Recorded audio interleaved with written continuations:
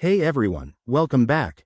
If you're diving into the world of crypto in 2025, you might be wondering how to move your assets from a centralized exchange like Coinbase to a decentralized platform like Uniswap. It's a smart move for more control and lower fees, and today, I'm going to walk you through it step by step. This process is straightforward, but always double check for any updates since crypto rules can change quickly. First things first, make sure you have a compatible wallet set up. Uniswap works best with wallets like MetaMask or Trust Wallet, so download and set one up if you haven't already. Once that's ready, log into your Coinbase account. Head over to the dashboard and select the cryptocurrency you want to transfer. Let's say it's Ethereum for this example.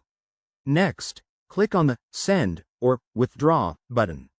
You'll need to enter your wallet address from MetaMask or whichever wallet you're using. Double-check this address because one wrong character could send your crypto into the void, yikes. Enter the amount you want to transfer and confirm the transaction. Coinbase might ask for two-factor authentication, so have that ready.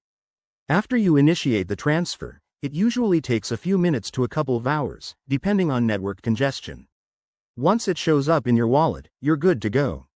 Now, open Uniswap's website or app and connect your wallet. You'll see a prompt to approve the connection. Go ahead and do that. With your wallet connected, you can now swap, add liquidity, or do whatever you planned on Uniswap. Remember, fees on decentralized exchanges can vary, so keep an eye on gas prices if you're on Ethereum. And always start with a small amount when you're testing things out to avoid any mishaps. That's it for today's guide.